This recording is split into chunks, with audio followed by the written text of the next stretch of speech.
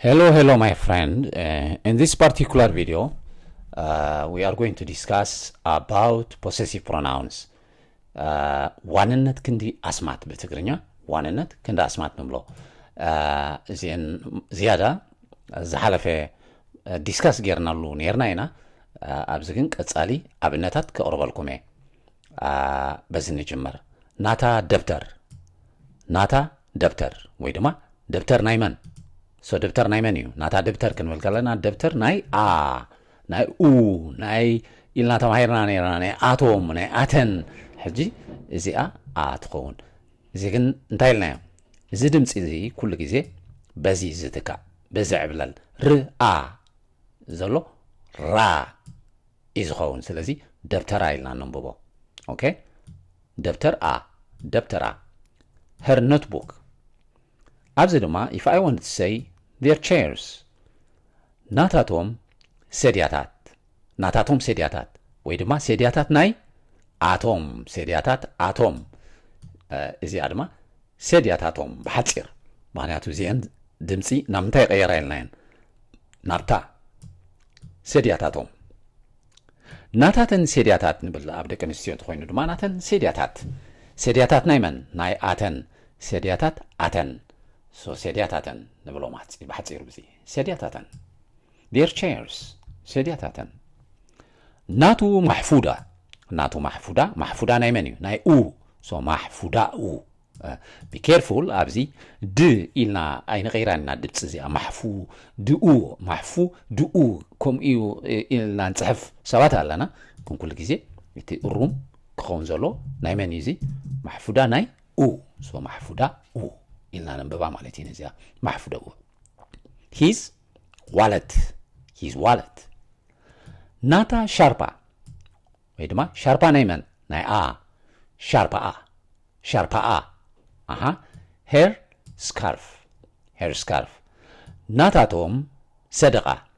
I wanted to say their table ናታቶም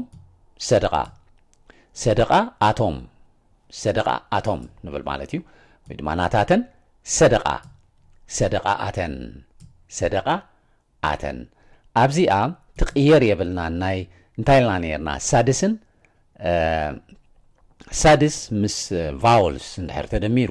እቲ ድምፂ ከምዚ ኣብዚ ዝቕረብክዎ ትአ ዘሎ ታ ይኸውን ኣብዚ ግን ከምኡ የብልናን ስለዚ ከም ዘላታ እዚኣ ኣብዚ ብዛዕባ ሰደቃ እንድሕር ዝዛረብ ኣለኹ ሰደቃ አቶም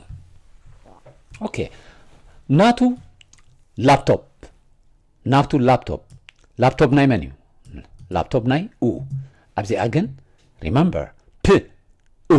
ከምዚ ዓይነት ድምፂ እንድሕር ኣሎ ናብ ምንታይ ቀየር ይኸውን ማለት እዩ ሕጂ ኣብ ክንዲ ላፕቶፕ ንብል ላፕቶፑ ኢልና ብሓፂር ነድምፆ ነዚ ፕኡ ዘይኮነ ብፑ ንትክኦ ማለት እዩ ላፕቶፑ ሂዝ ላፕቶፑ እዚኣ ድማ ከምኡ ናታ ሰቆይራት ፕሉራል ናይ ሰቆይር እዩ ሰቆይር ንሓንቲ እዩ ሰቆይራት ድማ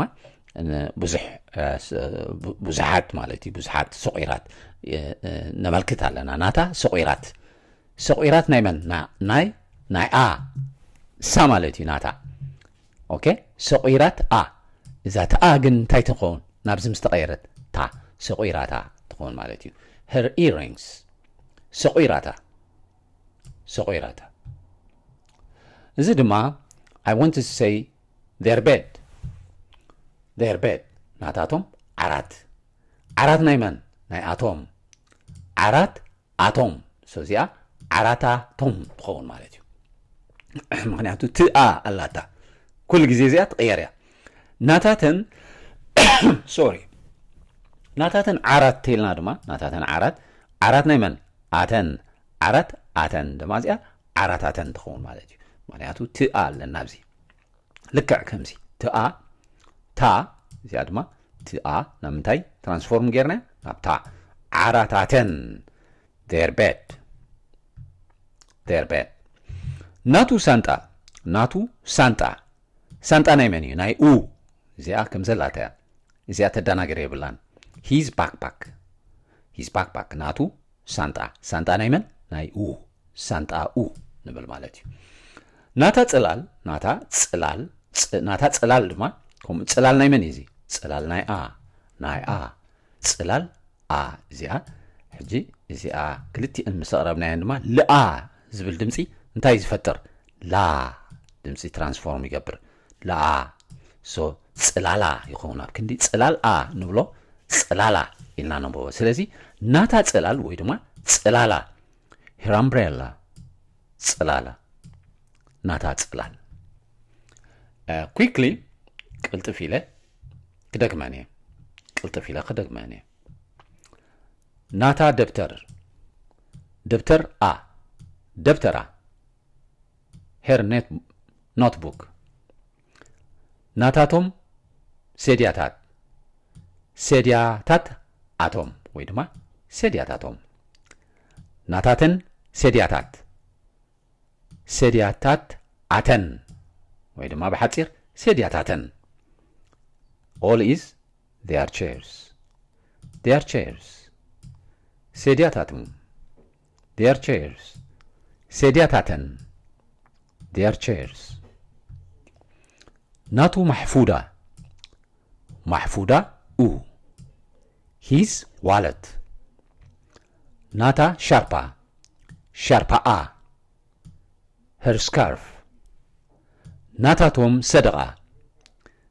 አቶም ናታተን ሰደቃ አተን their table ናቱ ላፕቶፑ his laptop ናታ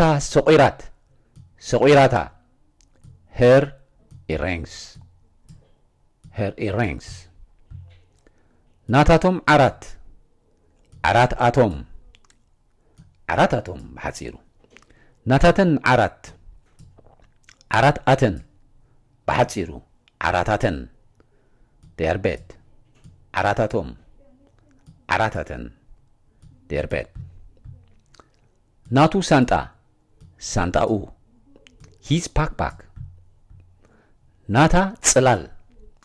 ጽላላ her umbrella ሰሰናይ ጥዕሙ see you in the next video